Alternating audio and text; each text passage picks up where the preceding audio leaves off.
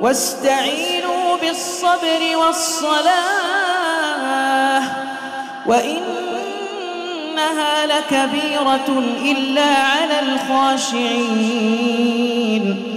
الذين يظنون أنهم ملاقو ربهم وأنهم إليه راجعون.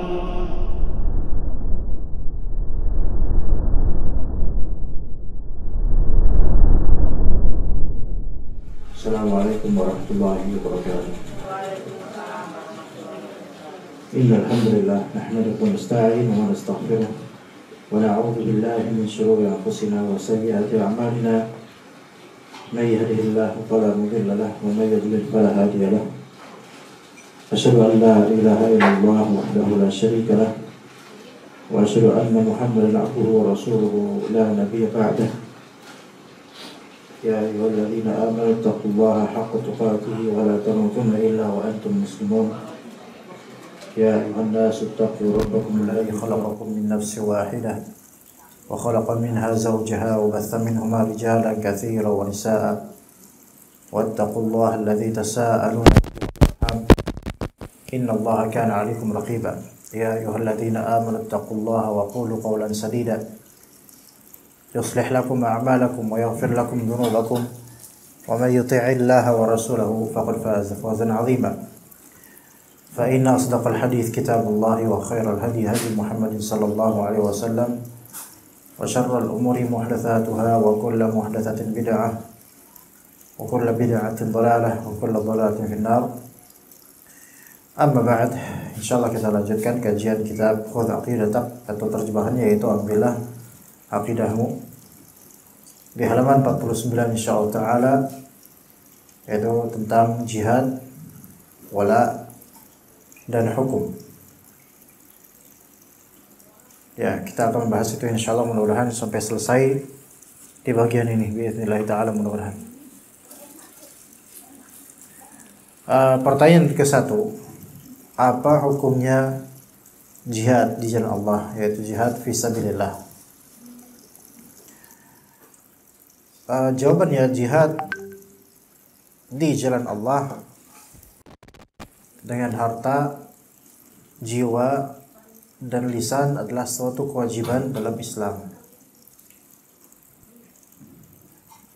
Jadi ada tiga di sini, jihad dengan harta, kemudian jihad dengan jiwa, jihad dengan lisan, maka itu adalah suatu kewajiban pada asalnya.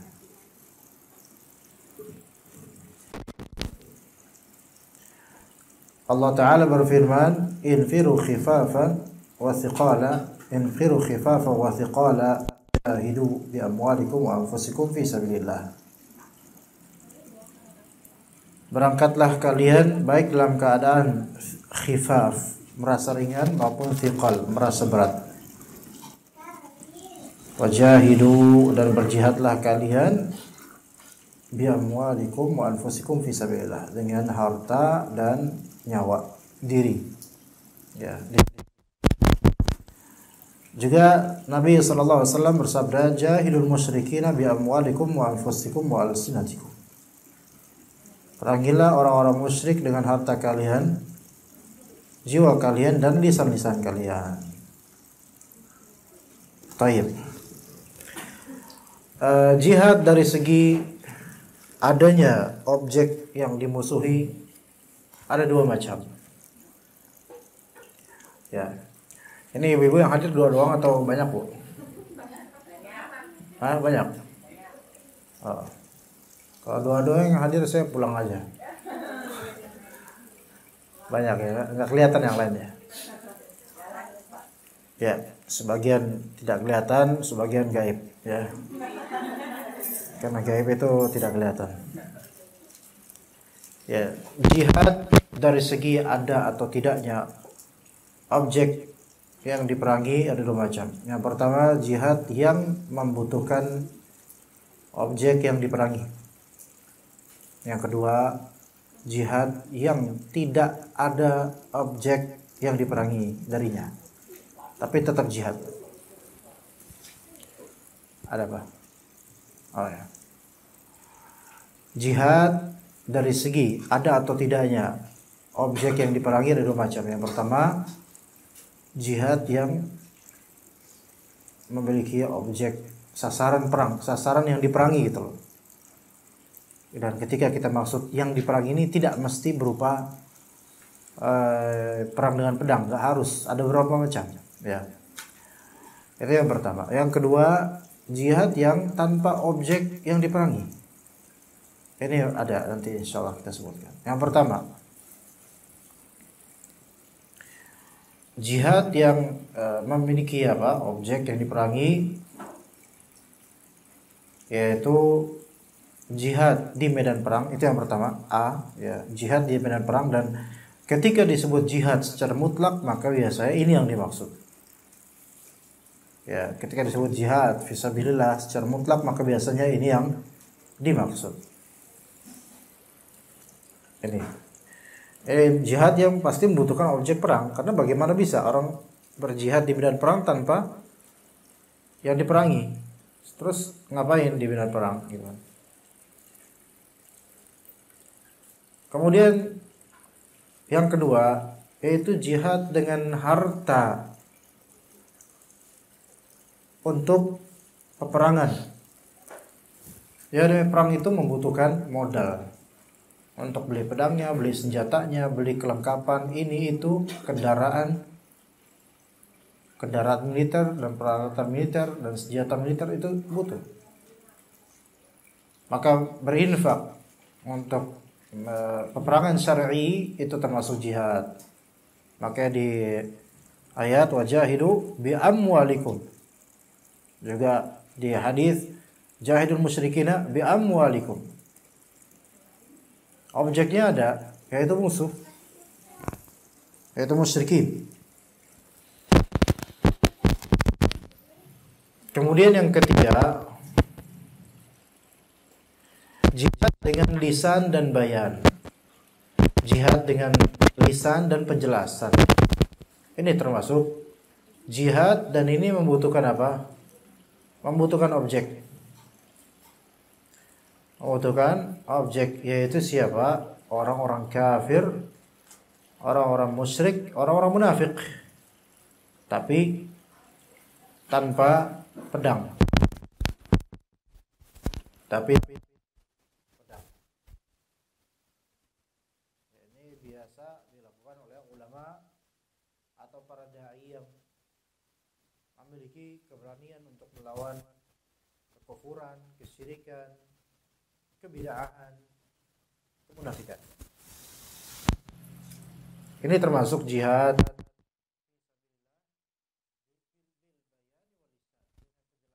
dengan lisan. Ini termasuk jihad. Maka mengajarkan kepada kaum muslimin tauhid dan melarang kaum muslimin akan syirik itu merupakan jihad yang disebut oleh mereka jihad ilmu.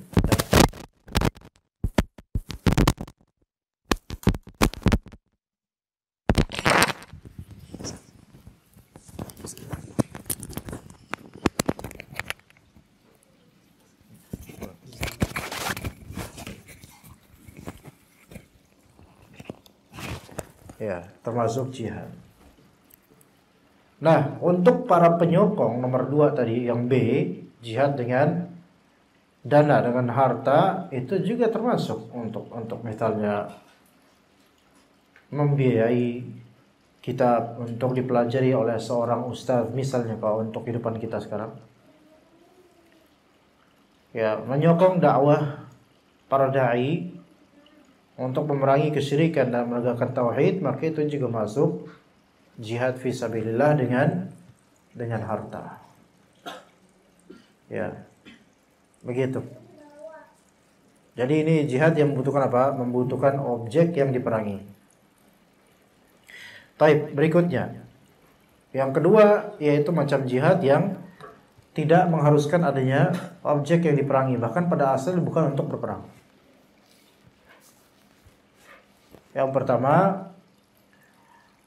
haji bagi perempuan. Itu adalah jihadnya perempuan. Karena jihadnya perempuan tidak mungkin nomor 1A, yaitu di medan perang nggak boleh. Ya. Bukan tempatnya gitu. Apalagi kalau jadi komandan, nggak boleh. Bukan posisinya. Jadi yang 2A yaitu jihadnya perempuan haji. Oke. Apakah yang laki-laki terus tidak disebut berjihad ketika haji? Disebut juga, namun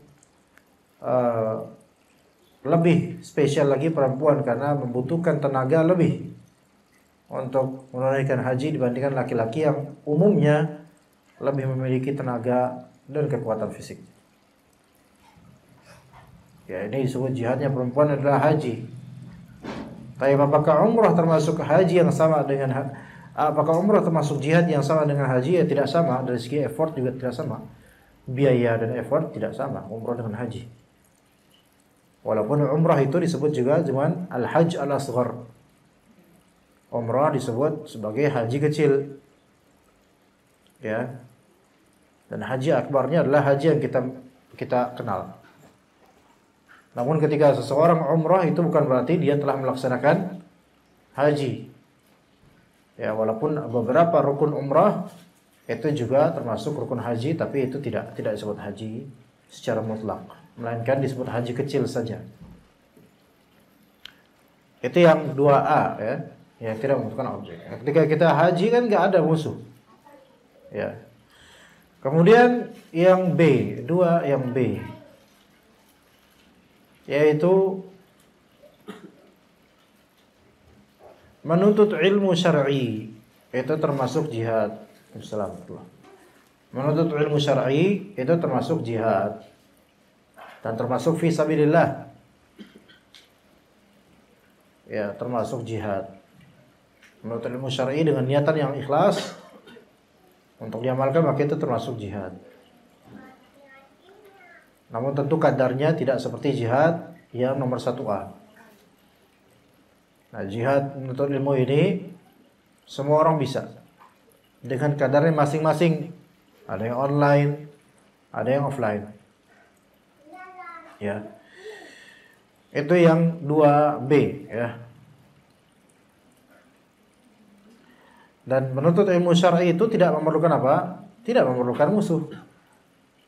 Ya, musuhnya mungkin ada, tapi itu tidak dianggap sebagai musuh lah. Musuhnya biasanya diri sendiri, rasa kantuk, rasa malas, menguap, dan seterusnya. Itu musuhnya mungkin. Tapi ini bukan musuh yang dianggap ya. Ya, kadang-kadang bukan musuh, malah menjadi teman setia ya, rasa ngantuk itu. Ya.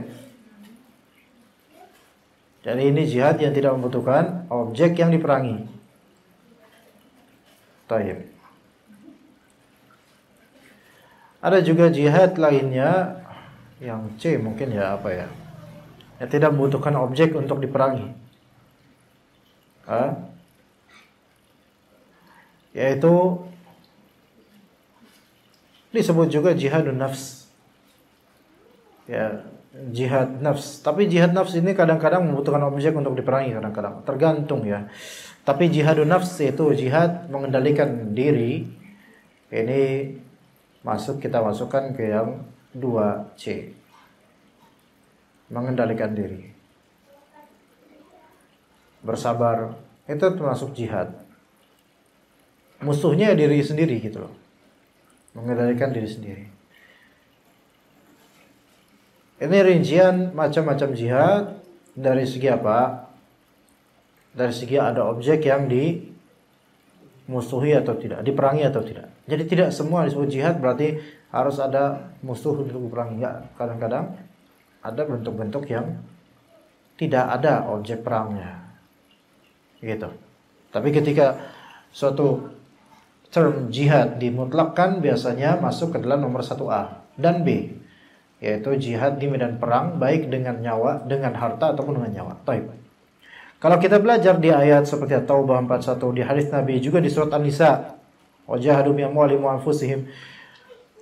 Ayat-ayat tersebut mendahulukan jihad bi amwalihim sebelum anfusihim. Ya, mendahulukan jihad dengan harta sebelum dengan nyawa. Ini karena ada dua hal. Pertama, bisa jadi jihad dengan harta itu lebih afdal dibandingkan dengan nyawa. Ya, bisa jadi jihad dengan harta lebih afdal dibandingkan dengan nyawa. Bisa jadi, ya. Walaupun tidak selalu. Dan ada kemungkinan yang kedua, karena tidak akan bisa berlaku jihad dengan nyawa tanpa adanya jihad dengan harta sebelumnya. Dan ini yang sahih insyaallah, bahwasanya jihad dengan nyawa tidak akan terwujud peperangan kecuali dengan ada modal. Perang itu butuh modal loh, nggak sembarangan. Kere tapi mau perang, ya kere tapi harus ada donaturnya. Siapa yang membiayai perlengkapannya? Kalau nggak ada, ya nggak bisa lah perang. Masa perang tanpa senjata? Itu qatlun nafs, namanya bunuh diri. Maka harus dengan apa? Dengan modal. Nah, modal itu kadang-kadang orang yang perangnya nggak punya modal. Yang modalin siapa? Donatur. Begitu. Yang modalin donatur. Ya. Taib. Kita sudah selesai itu insyaallah pertanyaan pertama, ya. Pertanyaan kedua.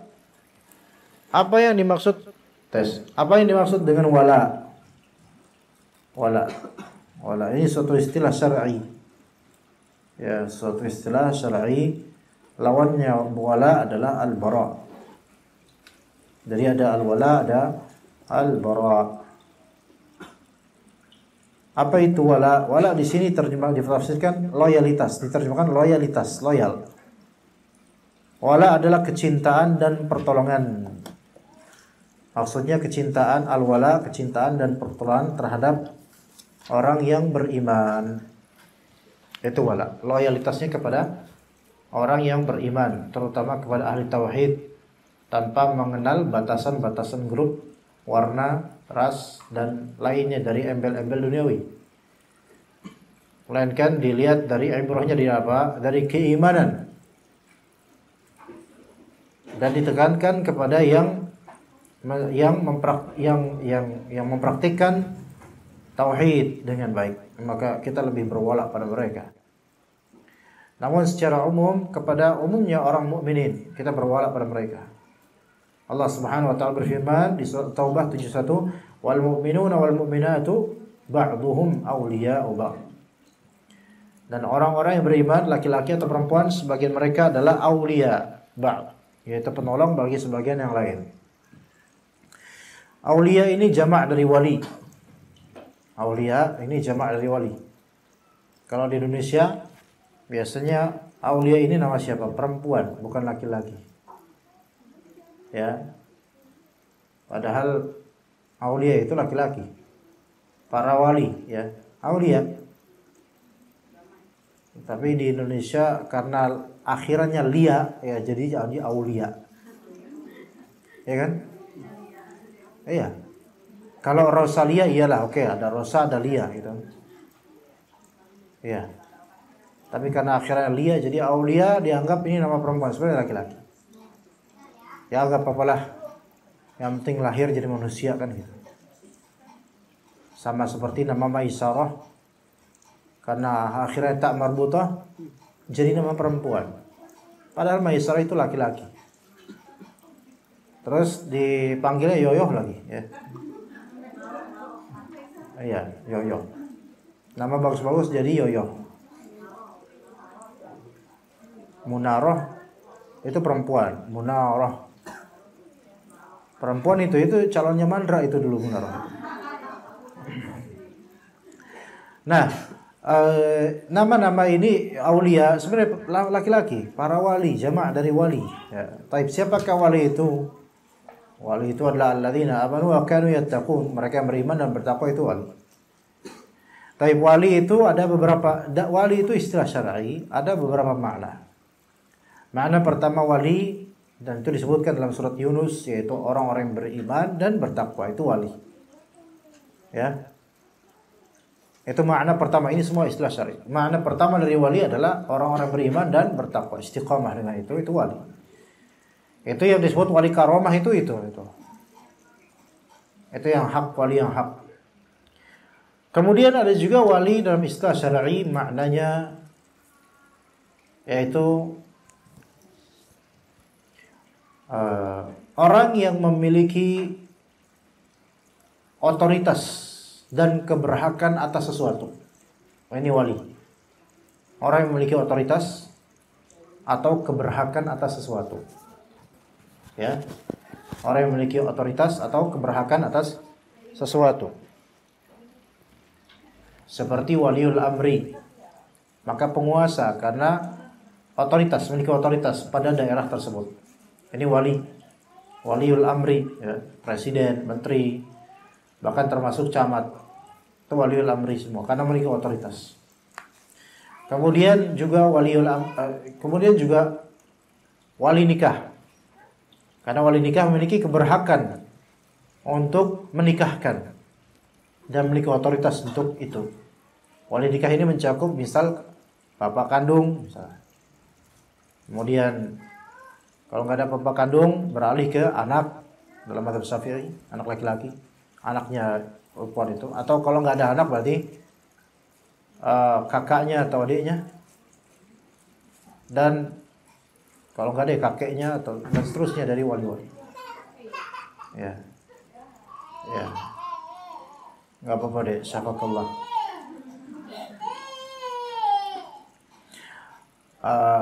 Jadi itu wali yang makna kedua adalah orang yang memiliki apa tadi? Sebelum otoritas. Enggak, bukan. Orang yang memiliki keberhakan atau otoritas. Ya, otoritas atau keberhakan atas sesuatu. Maka itu walinya. Wali kelas, wali murid, kan gitu. Kan memiliki otoritas itu, ya. Kalau wali mahan? Enggak. Baik. Kemudian makna ketiga dari wali adalah penolong. Makna ketiga dari wali adalah penolong. Ya.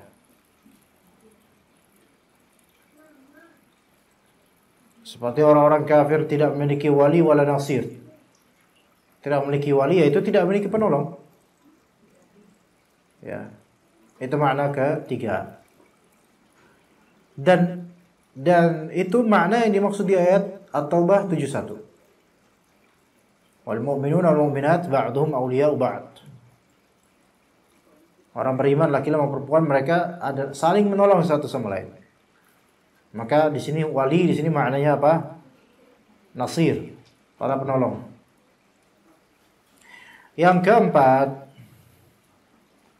wali maknanya adalah qarib, yaitu teman dekat, sahabat karib. Sahabat karib. Karib ini maknanya dekat. Bukan kerabat, bukan keluarga, tapi sahabat dekat, sahabat kental gitu. Maka ini makna wali yang keempat. Kita dilarang menjadikan orang-orang kafir sebagai aulia. Ba'duhum awliya'u ba'd. Sebagian orang kafir itu walinya sebagian orang kafir. Wali di sini maksudnya apa? Dilarang menjadikan orang-orang kafir sebagai wali. Ini mencakup apa? Mencakup semua dari yang tadi disebutkan. Mencakup empat-empatnya. Pertama, wali apa yang pertama tuh? Oh, yang pertama itu nggak masuk dalam tafsiran itu, karena memang sudah secara zat mereka secara zat tidak beriman, tidak bertakwa. Berarti masuk 2, 3, 4. Yaitu orang kafir tidak bisa menjadi wali pemilik otoritas dari segi pemerintahan atau dari segi perwalian hukum nikah dan semisalnya. Makanya kalau seorang akhwat bapaknya kafir nggak boleh. Bapaknya menjadi wali, nggak boleh. Ya. Dan nggak boleh diangkat menjadi pemimpin, baik pemimpin keluarga atau pemimpin daerah. Kemudian tidak boleh menjadikan orang kafir sebagai wali dari segi makna ketiga, yaitu apa? Penolong. Nggak boleh menjadikan orang kafir sebagai penolong kecuali kecuali ketika terjadi peperangan antara orang muslim dengan orang kafir, dan orang muslim ini minta pertolongan dari orang kafir lainnya yang bisa dipercaya, maka itu boleh. Namun kalau misalnya meminta pertolongan kepada orang kafir dalam permusuhan kita sesama muslim, maka nggak boleh, secara mutlak nggak boleh. Ya. Kemudian yang keempat, orang kafir, orang beriman, orang kafir tidak boleh dijadikan wali. Yang keempat apa? Teman dekat. Maka haram hukumnya bersahabat dekat dengan orang kafir. Oke, sampai situ ya. Faham insyaallah ya? Ya. Saya antum paham enggak, Bro? Mas Bro. Ini kedengaran di antum. Antum tutup telinga anak kajian, malah antum tutup telinga, gimana antum? Lagi dengerin apa lagi gimana? Oh, itu dia sampai situ suara anak. Masya Allah. Baik. Kemudian Nabi SAW bersabda dalam hadis, al-mu'minu lil mu'min kal bunyan yashuddu ba'duhu ba'dha. Orang beriman dengan orang beriman lainnya seperti bunyan. Bunyan itu bangunan. Maka dalam surat As-Saff ya, ka'annahum bunyanun marsus. Ya, kaum muslimin itu seperti satu bangunan yang kokoh. Bunyan. Bunyan ini bangunan, bukan anak namanya. Artinya anak, beda. Bani itu anak, bunyan itu bangunan. Yang mana orang beriman ini yashuddu ba'duhu ba'dha. Masing-masing menguatkan yang lainnya. Itu orang beriman dengan orang beriman lainnya. Itu kalau memang benar imannya. Dan masing-masing kembali kepada Al-Quran dan Sunnah. Adapun kalau ternyata memiliki hawa nafsu dalam berkelompok, maka yang terjadi adalah saling menyerang. Taib itu tentang masalah wala. Jadi wala itu apa tadi? Otoritas, loyalitas. Loyalitas.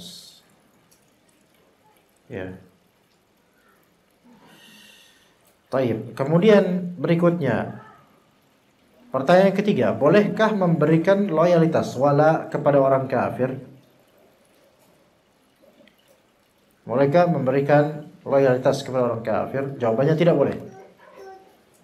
Tidak diizinkan untuk melakukannya. Sebagaimana kata Allah Azza wa Jalla,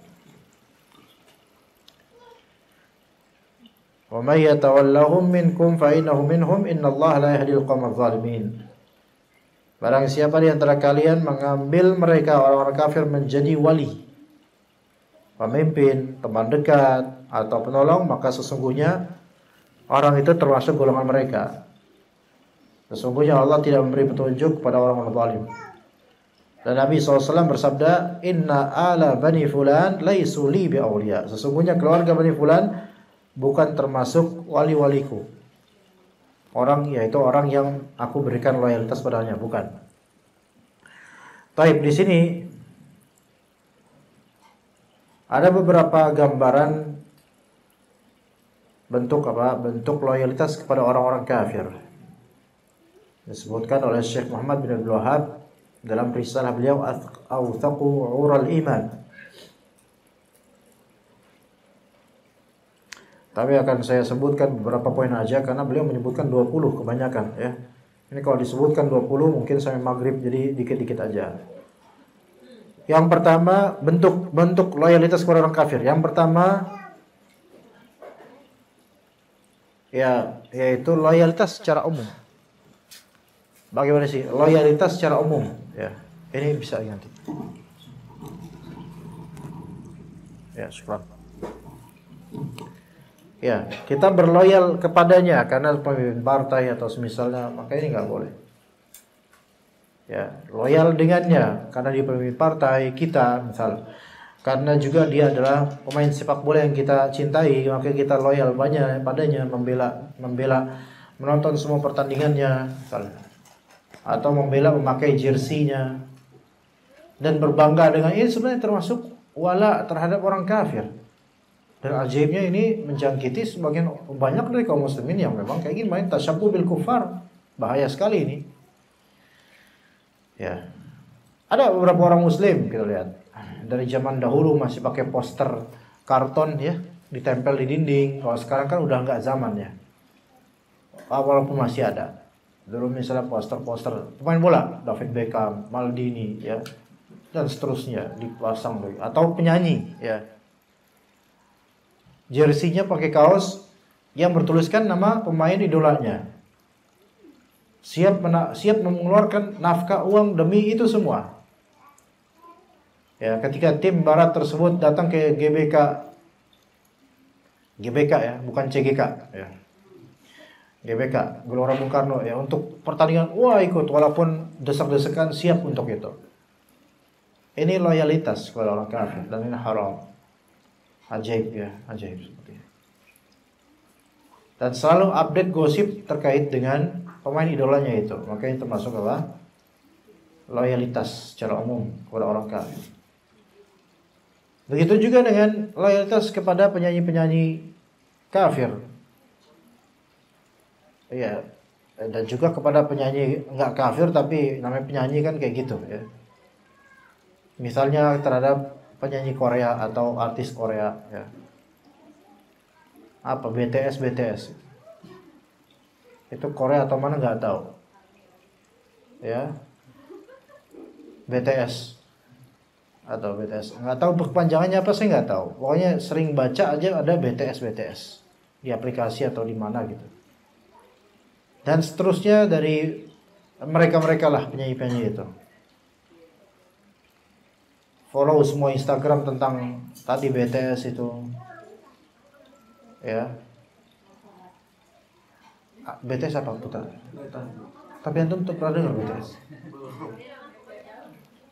Enggak tahu malah. Malah saya yang tahu jadi. Coba. Enggak ada yang tahu. BTS. Grup musik, bener BTS nih grup musik kan?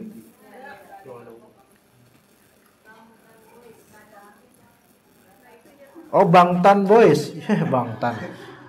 Jadi dia abang-abang ngumpul jadi Bangtan Boys. Ada, kalau dilihat di Google ada 6 orang. Oh, Abang Mantan Boys. Grup vokal pria asal Korea Selatan. Ada RM, Real Madrid mungkin. J-Hope, Suga, Jin. Masya Allah ada Jin namanya. Ada V, ada nah ini Jungkook ini yang disebut Jungkook ini berarti ya. Ini Jungkook, ini yang jongkok itu yang buat ngulek sambil pakai jongkok gitu. Nah, yang seperti ini kan diidolakan banyak dari muslimah ya, mereka musuh. Ya ini ternyata ya baru akhirnya ketemu juga yang jongkok ini. Iya, ketemu di kajian ajaib banget. Udah tutup aja lah. Auzubillah min dzalik. Iya. Oh, soalnya sering dengar jongkok gitu loh. Ternyata itu BTS. Oh. Nama grupnya berarti Bangtan gitu. Ya. Tambahin G lagi Bangtang ya. Ya, Bangtan Boys. Pokoknya semisal itulah ya. Banyak yang berwala dengan ini gitu loh. Inilah jadi fitnah banyak sekarang. Dan lain-lainnya saya nggak tahu sama sekali lah tentang mereka. Tapi ini menjadikan banyak orang-orang mengeluarkan nafkah demi itu gitu loh. Lihat loyalitas kepada orang-orang kafir. Ini termasuk mualat terhadap mereka secara umum yang disebutkan oleh Syekh Muhammad bin Wahab tadi. Kemudian termasuk juga mualat terhadap loyalitas kepada orang kafir, yaitu mencintai mereka secara khusus. Mencintai mereka secara khusus ya, dikecualikan darinya orang yang sudah kadung menjadi kerabat yang wajib berbakti padanya, seperti ibu kandung atau ayah kandung yang qadarullah kufur. Maka boleh mencintainya sebagai ibu dan ayah untuk berbakti padanya. Dan di sini mencintai untuk berbakti dan untuk berdakwah, bukan mencintai zat mereka dan amaliyah atau kekufuran mereka. Karena tidak boleh kita mencintai dari segi itu. Kita mencintai dalam artian kita berbakti pada mereka dalam rangka berdakwah. Ya. Atau yang kedua, Yang dikecualikan yang kedua, yaitu ketika seorang pria muslim menikah dengan perempuan Nasraniyah atau Yahudiyah. Ya, maka boleh mencintainya sebagai istri, tapi membencinya dari segi akidah. Dan dalam hukum menikah dengan perempuan Nasraniyah atau Yahudiyah, hukum yang sahih adalah diizinkan dengan kemakruhan. Ya, sebagian ulama membolehkan secara mutlak, dan yang lebih sahih adalah hukumnya adalah makruh dan sah nikahnya tapi makruh, dan bisa memberikan madarat yang besar kalau punya anak. Tayyib, itu yang kedua. Termasuk bentuk loyalitas kepada orang kafir adalah bermudahanah. Bermudahanah itu bahasa kita itu bermuka minyak pada orang-orang kafir karena keinginan duniawi, maka ini termasuk loyalitas. Bahasa kasarnya bermuka minyak, bukan karena habis jalan jauh kepanasan, bukan, tapi bermuka minyak karena apa? Ada keinginan duniawi dari orang kafir, maka ini termasuk loyalitas terhadap orang kafir. Bermudahanah, namanya istilah mudahanah. Mudahanah ini adalah, kayaknya ada yang lagi masak tuh. Kok bumbunya gak kecium?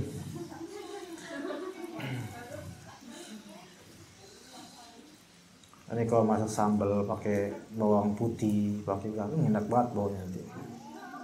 Insyaallah. Jam berapa sih? Aduh. Mudahanah adalah meninggalkan amar ma'ruf nahi munkar terhadap orang kafir atau fasik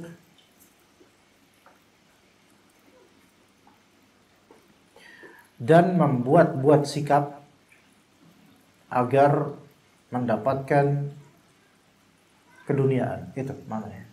Ini definisi mudahanah yang lengkap insyaallah, yaitu meninggalkan amar ma'ruf nahi munkar dan membuat sikap untuk meraih keduniaan semata. Itu mudahanah namanya.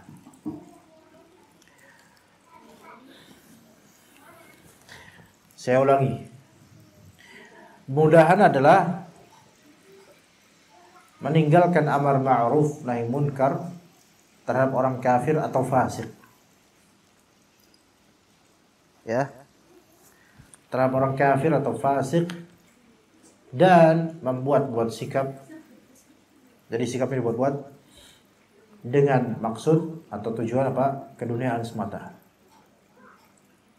Jadi mudahanah ini ada berapa? Ada 3 kriteria seseorang disebut melakukan mudahanah. 3 kriteria.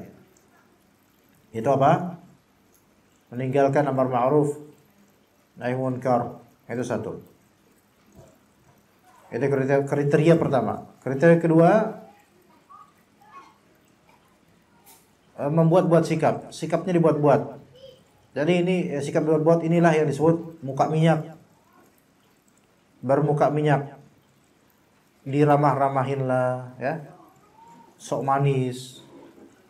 Dan yang kriteria ketiga, karena ada kepentingan atau keinginan duniawi di balik itu, maka baru disebut mudahanah.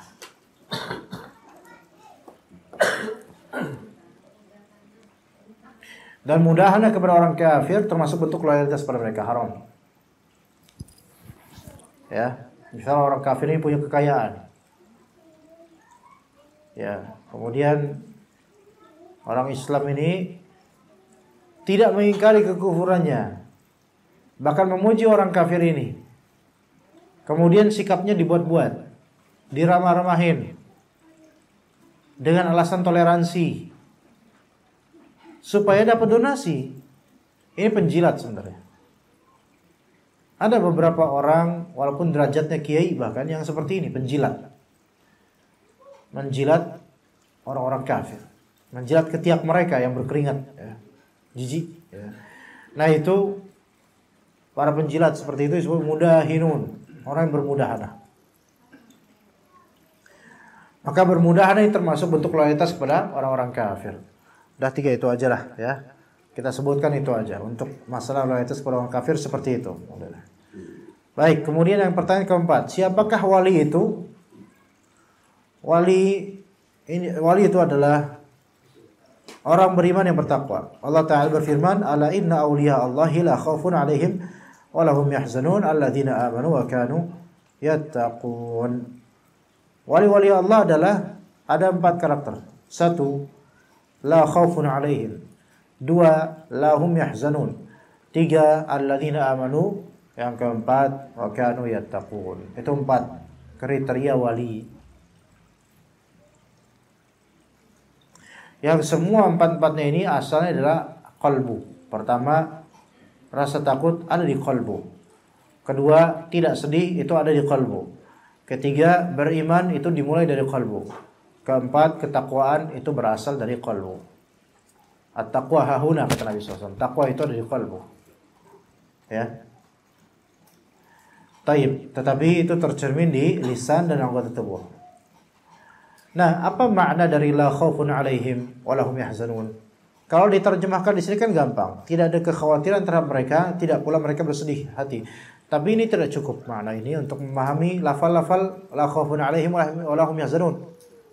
Lafal la khaufun 'alaihim wa lahum yahzanun itu banyak di Al-Qur'an sering disebutkan. Tetapi apa sih maknanya? Apa maknanya? La khaufun 'alaihim wa lahum yahzanun. Tiada kekhawatiran, tidak pula bersedih. La khaufun 'alaihim, orang beriman itu tidak ada khauf, tidak ada rasa takut, kekhawatiran atas mereka terhadap apa? Terhadap masa depannya di akhirat. Ini maksudnya la khaufun 'alaihim wa lahum yahzanun, yaitu ketika mereka mati, wafat. Ketika mereka wafat, maka kondisi mereka tidak memiliki ketakutan, tidak pula memiliki kesedihan. Ketakutan itu kaitannya dengan masa depan. Kesedihan kaitannya dengan masa lalu.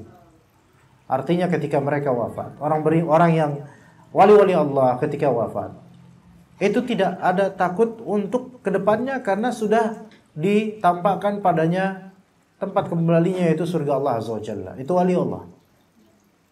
Tapi itu ditampakkannya kapan? Nanti di alam barzakh atau di akhirat. Ya. Adapun di sekarang enggak, dirahasiakan. Ya. Kemudian tidak bersedih hati. Kesedihan itu kaitannya dengan masa lampau. Ya. Kesedihan kaitannya hazan atau huzn kaitannya dengan masa lampau. Walahum yahzanun. Artinya apa? Ketika mereka telah wafat di alam barzakh, mereka tidak sedih terhadap apa yang luput dari dunia mereka. Orang yang kalau udah mati kan dunia udah gak dapat lagi. Tapi ketika orang ini diberikan nikmat kubur atau nikmat akhirat, itu dunia gak ada apa-apanya. Maka gak sedih, kehilangan dunia gak sedih. Ya, properti 30 rumah di kota wisata dia punya misalnya. Tapi dia beriman dan bertakwa. Itu nilainya itu triliunan, dia punya harta banyak. Maka yang seperti ini kalau dia wafat nanti, sekian triliun yang dia telah tinggalkan untuk ahli waris, dia tidak ada kesedihan sama sekali. Karena yang Allah ganti dari kenikmatan kubur dan kemudian akhirat itu jauh lebih banyak, lebih baik. Itu makna la khaufun 'alaihim wa lahum yahzanun. Tapi supaya kayak gitu, dia harus beriman dan bertakwa. Oke? Harus beriman dan bertakwa. Taib. Dan Nabi SAW bersabda, "Innama waliyallahu wa salihul mu'minin." Sesungguhnya waliku, yaitu pendukungku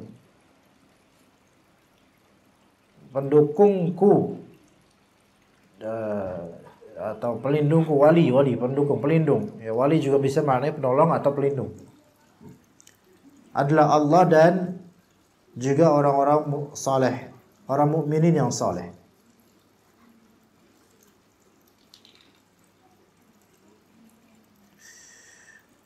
Ya, sesungguhnya waliku adalah Allah dan orang-orang mukmin yang saleh. Kemudian pertanyaan kelima, dengan apa seharusnya kaum muslimin berhukum? Jawabannya adalah mereka berhukum harus sesuai dengan Al-Quran dan hadis yang sahih.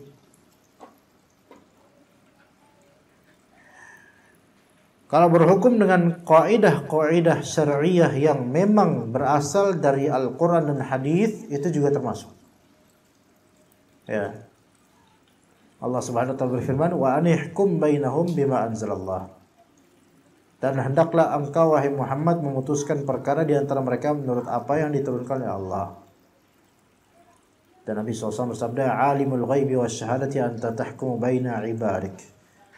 Wahai yang mengetahui yang gaib dan yang nyata, engkaulah yang menghukumi di antara hamba-hambamu. Jadi kita wajib berhukum dengan hukum Allah di skala pribadi, skala keluarga, skala sosial, dan skala negara. Begitu, ya. Itu yang mungkin bisa menjadi materi hari ini insyaallah. Kisaran sudah 40 menitan kayaknya. Udah berapa menit ya? Udah 50. Oh, alhamdulillah, malah nambah ya.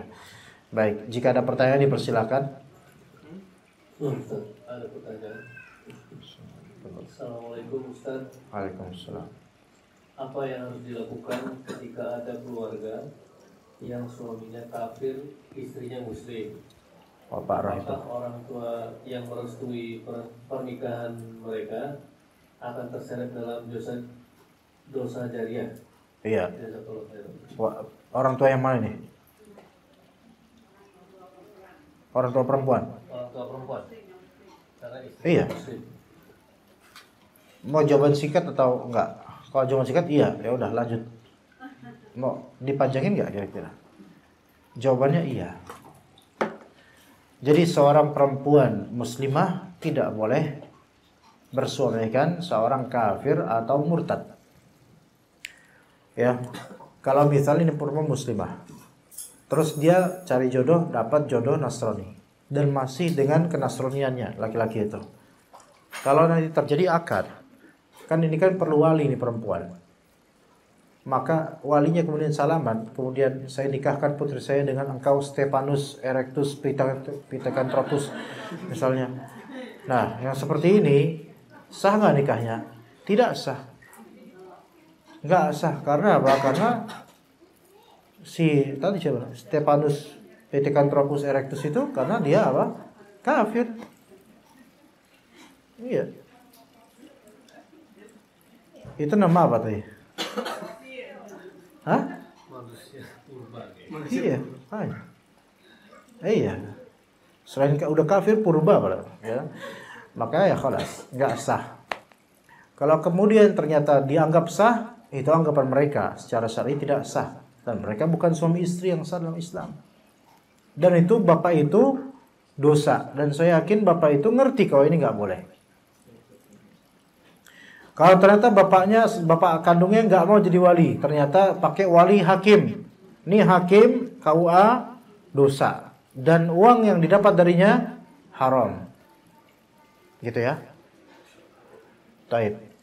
Kalau ternyata tidak muslim dan muslimah menikah normal, oke normal, qadarullah suaminya kemudian murtad, maka wajib dilakukan fasakhu aqdin nikah namanya, yaitu memutuskan akad nikah. Fasakh namanya. Jebret, fasakh. Nah, karena dia murtad laki-lakinya suaminya ini, kalau udah fasakh berarti wajib pisah. Bukan talak ya. Beda fasakh dengan talak beda. Talak itu nanti ada masa iddah dan terhitung talak satu. Itu kalau talak dengan lafal talak sebabnya. Kalau fasakh itu beda sebab. Ya. Entah karena murtad, ya. Entah karena suaminya melanggar syarat-syarat nikah, syarat-syarat dalam nikah dan lainnya. Maka kalau suami murtad wajib fasakh, pisah. Maka si istri boleh langsung pulang ke rumah orang tuanya dan membawa anak-anaknya, menghindari madarat yang lebih besar, yaitu ikut dengan suaminya yang murtad. Oke. Jadi nikah mereka batal, kelas fasakh, pisah. bukan talak, pisah. Pembubaran akad. Dalam hukum Islam, orang murtad ini hukumannya apa? Dibunuh. Diberi waktu berapa hari. Kalau belum taubat dari murtadnya, belum kembali ke Islam, maka dibunuh. Tapi kan nggak diterapkan di konteks kenegaraan kita, misalnya. Maka dia tetap dalam kemurtadannya. Misal, suatu hari, sebulan kemudian, suami tersebut ditegur oleh Allah dan akhirnya dia bertaubat, kembali masuk Islam. Pertanyaannya, bolehkah gabung lagi mereka? Boleh dengan syarat Islamnya benar. Masuk Islam benar, emang dia benar masuk Islam, mengucapkan kembali 2 kalimat syahadat. Dan yang kedua, dengan akad baru, dan syarat-syarat akad kedua dipenuhi juga. Rukunnya adanya wali, saksi 2, ijab qabul. Apakah terhitung talak 1 tadinya? Enggak, masih 0 talaknya. Adakah masa iddah? Tidak, karena ini fasakh bukan talak. Ya begitu. Tapi itu nggak ditanya ya tadi ya. Yang ditanya cuma dosanya doang bagi orang tuanya. Ya udah. Ya bahlul berarti ya. Istri bahlul. Stupid ya. Dia mencari neraka berarti. Kalau suami murtad ya, itu. Di kampung sawah ada beberapa tuh kayak gitu. Iya, di kampung sawah terutama. Istrinya Muslim Betawi. Suaminya Nasrani, Katolik. Ya. Tadinya ajaibnya gini. Ada di antara orang di kampung sawah ada. Lakinya Betawi. Ini Betawi, Indonesia Betawi. Kan di kampung sawah banyak Betawi pinggiran ya namanya. Ya, kemudian ada bapak Betawi, seorang laki-laki Betawi, itu Nasrani gitu, Nasrani. Kemudian ada perempuan muslimah Betawi gitu di daerah situ. Nah, pengen sama si bapak Betawi kafir ini. Akhirnya si muslimah ini murtad dia supaya bisa nikah sama si kafir. Setelah menikah, si muslimah, mantan muslimah ini masuk Islam lagi. Gimana sih? Gimana, ngerti gak? Sampai sekarang masih ada itu mereka. Enggak tahu udah meninggal apa enggak. Kalau bisa sih cepat-cepat sih. Nah itu ibunya itu pakai jilbab. Suami masih Kristen. Tapi bukan Stefanus Petekantrabus tadi, beda. Beda lagi. Beda. Gitu. Kemudian diliput di media-media, inilah toleransi. Ya, toleransi. Kampung sawah. Banyak orang-orang non-muslim di sana, banyak sekali. Tapi tetap dari skala persentasenya muslim lebih banyak. Cuman yang muslim ini pun toleransinya kebablasan, sampai kadang-kadang ke gereja untuk ikutan misaan, untuk naudzubillah min dzalik ya. Untuk mendakwahinya agak sulit di situ memang, Masya Allah. Kalau lingkungan yang lingkungannya bisa. Siapa yang ngomong? Oh ya, iya. Kalau lingkungannya membiarkan padahal sama muslim. Membiarkan apa, Bu? Tidak menasihati. Maksudnya kayak keluarga gitu. Dia tetap dalam tugas dan satu keluarga, terus tetangga-tetangganya membiarkan atau Mendiamkan apa nih maksudnya?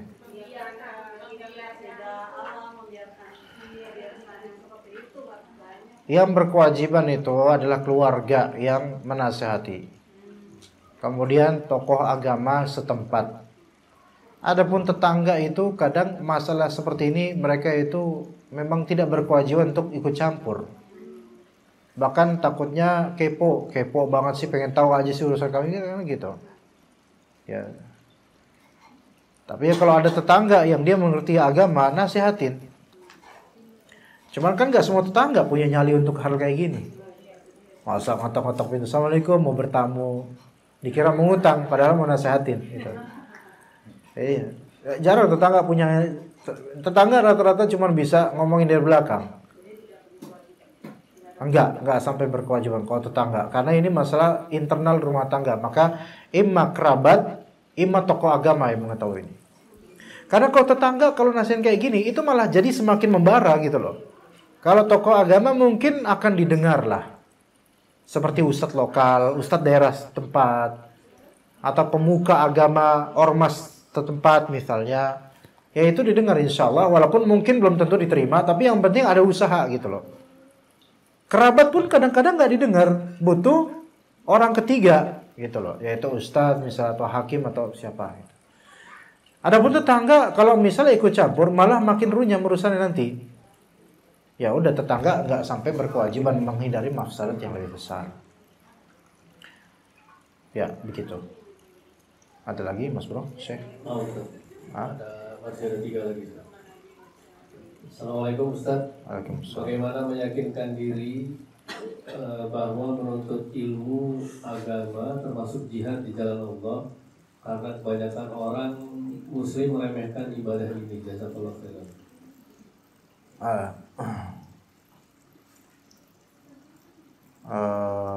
Menuntut ilmu termasuk jihad. Ini ada dalam hadis riwayat Sunan At-Tirmidzi.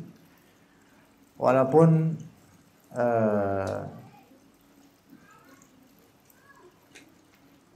di sanadnya ada sebagian ulama yang mempermasalahkan hadis ini, ya, yaitu tentang yang makna hadisnya adalah barang siapa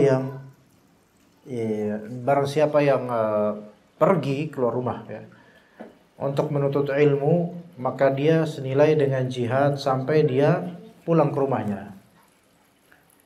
Itu ada hadisnya. Walaupun sebagian ulama mendhaifkannya, tapi makna ini sahih insyaallah. Walaupun tidak sama mungkin dengan jihad di medan perang, ya. Tetapi untuk zaman sekarang yang dibutuhkan ya jihad dengan cara ini. Nilainya besar. Ya. Nah, bagaimana meyakinkan diri untuk bisa menganggap ini sebagai jihad? Ya, caranya pertama ada hadisnya. Kita tahu ada hadisnya berkaitan dengan itu. Itu satu. Kedua, kita mendapatkan bahwasanya menuntut ilmu itu kenikmatan yang besar dari Allah Azza wa Jalla, dan tantangannya juga tidak ringan. Menuntut ilmu dan mengamalkannya tantangannya tidak ringan, sehingga membutuhkan usaha. Maka Imam Syafi'i menyebutkan menuntut ilmu itu memerlukan beberapa perkakas yang wajib, di antaranya yaitu ijtihad, yaitu nasyat, yaitu kerajinan, modal, tenaga, nggak bisa malas, ya. Maka ini semua termasuk jihad, ya. Menuntut ilmu yang dimaksudi menuntut ilmu syar'i dengan cara yang benar, ke majelis ilmu yang memang majelisnya benar. Adapun kalau misalnya majelis ilmu yang isi khurafat, kesyirikan, kebid'ahan, maka ini tidak termasuk jihad. Ini malah maksudnya maksiat dan kejahilan. Nah begitu. Kemudian juga untuk meyakinkan diri bahwa saya termasuk bagian dari jihad di zaman ini terutama, ketahuilah bahwasanya tidak semua orang diberi rizki keinginan untuk menuntut ilmu seperti Anda. Gitu loh. Maka ini termasuk fadilah yang besar dari Allah kepada orang yang mau ke ilmu gitu. Karena justru kebanyakan dari manusia sekarang itu berpaling dari ilmu, lebih pro kepada game, ya, atau hal-hal lain, ya. Seperti itu diantara yang bisa menguatkannya. Yang keempat, juga dia lihat, hendaknya melihat konsekuensi dari ilmu berupa amal dan juga dakwah. Itu akan menjulurkan jihad berkelanjutan, ya. Dakwah terhadap keluarga misalnya. Orang-orang mengira bahwa saya dakwah kepada keluarga besar itu mudah. Kadang-kadang justru ustadz luar non internal keluarga itu lebih mudah untuk mendakwai satu keluarga ini dibandingkan orang dalam keluarganya sendiri. Gak paham maksudnya? Gak paham? Saya paham. Paham gak putra? Misal keluarga ini satu keluarga lagi cekcok masalah warisan. Misal cekcok, hantam satu sama lain, santet satu sama lain. Gak bisa nih. Datang ustadz, jeber, ya. Langsung dihantam dengan dalil-dalil. Takut kalian semua sama Allah. Harus gini. ternyata itu lebih berhasil dibandingkan internal mereka yang saling mendakwahkan satu sama lain. Dan makanya kata sebagian ulama atau sebagian orang berilmu ya berkata, dan ini happening di banyak kejadian pada orang berilmu, justru kesulitan terbesar dari dakwah itu biasanya malah orang terdekatnya ulama tersebut. Entah istri sendiri, entah anak sendiri, entah orang tua sendiri, entah paman sendiri, entah sepupu sendiri, dan seterusnya. Entah mbah kakungnya, entah mbah putrinya, dan seterusnya. Itu yang malah menghambat, yang makin mempersulit mendakwahi orang umum karena netral masuk. Tapi mendakwahi keluarga enggak bisa masuk kadang-kadang. Makanya kalau bisa masuk mendakwahi keluarga dengan baik dan diterima dalam keluarga besar, itu nikmat besar. Iya. Apalagi kalau punya kakak, abang, emas, ya. Dakwahin mereka dari keburukan supaya enggak melakukan keburukan. Mereka ngungkit masa lalu kita. Baru kemarin belajar agama, emang gue enggak tahu lu siapa dulu, disebutin. Ya, nama lu Darmaji kan? Dahar 5 mangan siji, dahar 5 bayar siji, ya kan? Nah, emang abang nggak tahu lu siapa dulu, gitu, gituin. Ya kan susah kalau kayak gitu. Kita mau ngomong supaya jangan korupsi, ya mantan kita sendiri, gitu kan? Mereka tahu, kadang-kadang seperti itu. Itu jihad, gitu, termasuk jihad. Abu Hurairah radhiyallahu anhu, ibunya kafir tadinya dan mencela Nabi SAW. Padahal ini perawi hadis Nabi paling banyak, paling dekat sama Nabi SAW. Tapi ibunya sendirilah yang menjadi duri bagi kehidupannya dengan celaannya kepada Rasulullah SAW. Walaupun kemudian Rasulullah SAW mendoakan hidayah untuknya, akhirnya masuk Islam. Jadi itulah jihad ilmu, kadang-kadang harus pakai perasaan yang kuat. Orang banyak mengira kalau jadi ustadz itu atau jadi dai enak, kesana sini enak, dijemput lah, ya. Banyak sebagian ustadz tuh pengennya dijemput ada tuh, nggak dijemput nggak bisa, ya. Tapi sekarang kan udah ada Grab, ya. Minta dipesenin Grab, enak hidupnya. Tapi sebenarnya ada bagian-bagian yang membuat kepikiran. Kalau nggak kembali ke Allah itu bisa stres sebenarnya. Permasalahan ini itu banyak, ya, dalam dakwah. Seperti itu. Itulah ilmu jihadnya seperti itu. Allahu a'lam. Ustaz, pertanyaan selanjutnya. Assalamualaikum Ustaz. Waalaikumsalam. Ada seorang teman yang mempunyai suami non muslim. Sewaktu menikah dilakukan secara Islam, namun setelah menikah si suami kembali. Temannya ini laki atau perempuan? Perempuan. Namun si suaminya non muslim. Suaminya non muslim, tapi pada saat nikah. Jadi pas nikah, pas saat nikah masuk Islam itu suaminya. Pada saat nikah Islam, tapi setelah pernikahan dia balik lagi ke agamanya. Murtad. Dari hasil perkawinan itu mempunyai anak laki-laki dan perempuan. Nah, itu keluarnya anak laki-laki dan perempuan tuh setelah murtad atau sebelum murtad? Setelah murtad, Ustaz. Kalau dari pertanyaannya, runtutan ceritanya. Jadi nikah, masuk Islam, terus murtad, punya anak laki dan perempuan. Yang ingin ditanyakan, murtadnya ini, anaknya ini, ya, ngebrojolnya itu berapa waktu setelah murtad atau gimana? Paham nggak maksud Anda? Anaknya dua kan? Anak pertama setelah murtad, anak dua juga pasti setelah murtad. Setelah murtad. Taib. Anak pertama ini kan ngebrojol tuh lahiran tuh. Nah, itu murtadnya si suami itu sebelum lahiran, maksudnya hari-hari dekat apa? Dalam prosesi hamil atau sebelum prosesi hamil murtadnya?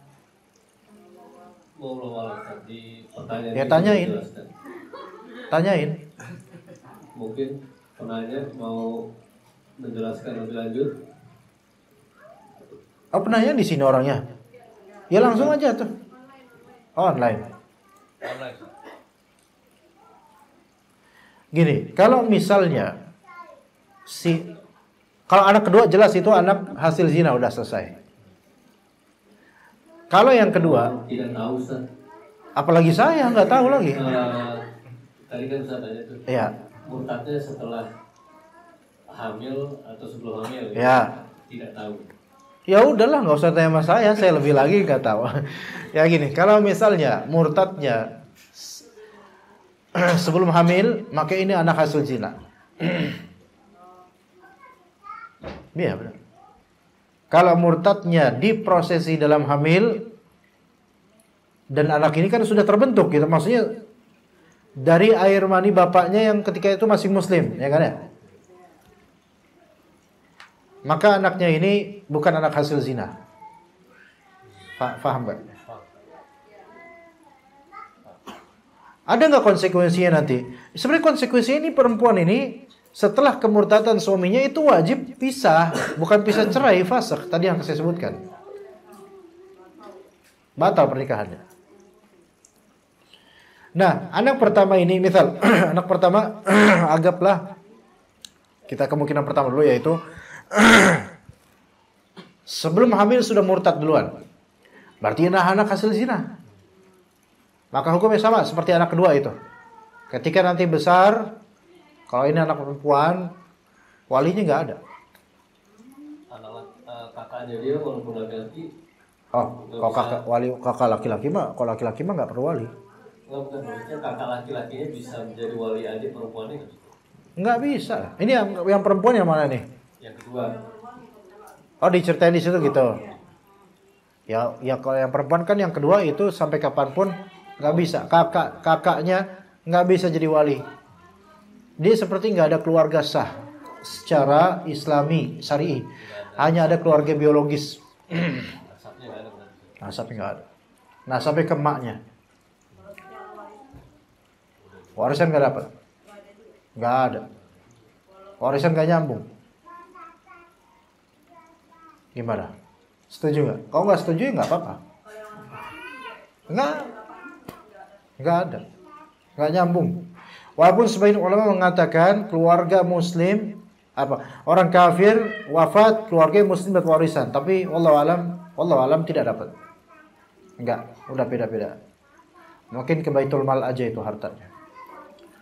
Walaupun sebagian ulama berpendapat iya dapat warisan yang muslim ini. Tapi alhamdulillah nggak usah mikirin itu dulu, mikirin ini anak nih kesian gimana, ya kan? Nggak ada walinya. Nah anaknya kalau misalnya bapaknya murtad sebelum hamil anak pertama, maka anak pertama bin ibunya Markonah itu, atau siapa tadi calonnya Mandra? Munaroh. Iya, Munaroh. Iya. Gitu kan? Bin Munarah gitu. Iwan bin Munarah misalnya. Iya. Tapi kalau misalnya ternyata bapaknya murtad pada waktu kehamilan, maka bin Stephanus Erectus Pithecanthropus. Tapi anak kedua berarti binnya ibunya gitu. Binti Munarah. Binti Munarah. Seperti itu. Dan Iwan ini nggak bisa jadi wali bagi si marfu'ah. Gitu. Oke. Ya udah, kayak gitu aja. Jazakallahu khairan Ustaz atas penjelasannya. Pertanyaan terakhir yang lewat online Ustaz. Ya. Assalamualaikum Ustaz. Jika saya punya teman saking dekatnya suka lupa kalau dia kafir dan kadang loyal ke dia dengan suka memberi bantuan tenaga dan lain-lain, apakah berdosa jika seperti itu? Bantuan tenaganya berupa apa? Kalau bantuan tenaga secara urf normal kayak pertemanan biasa nggak masalah. Nggak masalah kok itu. Ya lupa kalau dia kafir, ya nggak usah ingat banyak-banyak juga. Ya dia kalau emang dia butuh bantuan bantu gitu loh. Kontak ganti. Ayo, udah bagus lagi. Jadi kalau sering dengar suara saya itu jadi dia nggak ngambek gitu ya. Ya jadi seperti itu. Gonta ganti. Apa namanya tadi? Tadi apa sih pembahasannya? Apa lupa nanti. Iya, jadi kalau misalnya cuma pertemanan biasa, cara membantu biasa ini nggak masalah. Ya, misalnya dia kehausan kita kasih minum nggak apa-apa gitu, nggak masalah. Ya udah seperti itu. Batasannya di mana? Batasnya di uruf. Kalau orang disebut secara uruf itu bersahabat dekat, maka itu nggak boleh. Tapi kalau cuma membantu selayaknya teman biasa nggak masalah. Tanpa ada kecintaan khusus pada dia, pokoknya. Itu batasannya. Itu dikembalikan ke orang. Misalnya sampai membantu urusan agama juga gitu kan. Paling Nggak boleh, urusan agama nggak boleh. Ya, mengantarkan dia ke gereja misalnya nggak boleh. Gitu. Kalau dia misalnya butuh bantuan sakit, kita kasih uang untuk sembuh nggak masalah. Apalagi kok diniatkan untuk melembutkan hatinya untuk Islam, itu lebih afdal. Tapi bukan ada kecintaan khusus karena dia adalah fulan. Nggak boleh. Nggak boleh. Seperti itu. Allahu a'lam. Ada lagi? Mungkin ibu-ibu mungkin.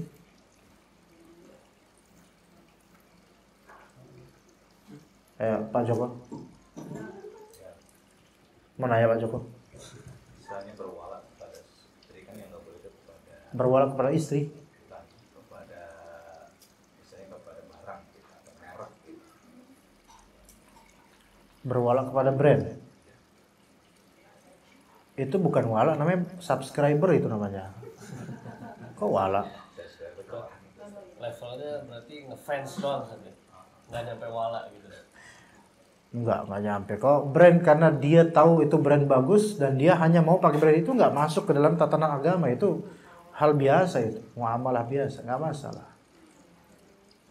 Kayak misalnya dia suka dengan oli enduro, pakainya enduro aja terus sampai kiamat pakai enduro, nggak masalah. Nggak ada hukum syar'i di balik itu. Atau dia suka roti sari roti misalnya, nggak masalah. Iya, walaupun istrinya cobain paroti, enggak sari roti, paroti, sari roti, enggak pilih sari roti pokoknya terus, enggak masalah. Walaupun itu milik orang non muslim kafir, enggak masalah. Kita beli itu bukan karena non muslimnya dia, tapi karena kita suka, itu enggak masalah. Itu kembali ke tabiat manusia yang memang apa yang dia suka dan itu mubah, silahkan. Begitu. Misalnya Pak Joko enggak mau beli parfum kecuali dari Ustaz Hasan, itu bagus. Dan itu semestinya gitulah. Ya, seharusnya kayak gitu dong, ya kan? Udah tahu ada jualan parfum malah beli yang lain. Kan gitu nggak baik itu. Di masjid nggak bakal kayak gini saya. Ini mumpung di rumah orang kan, ya. Nggak apa-apa bisnis. Nggak apa-apa kalau brand. Ada lagi mungkin ibu-ibu? Ada?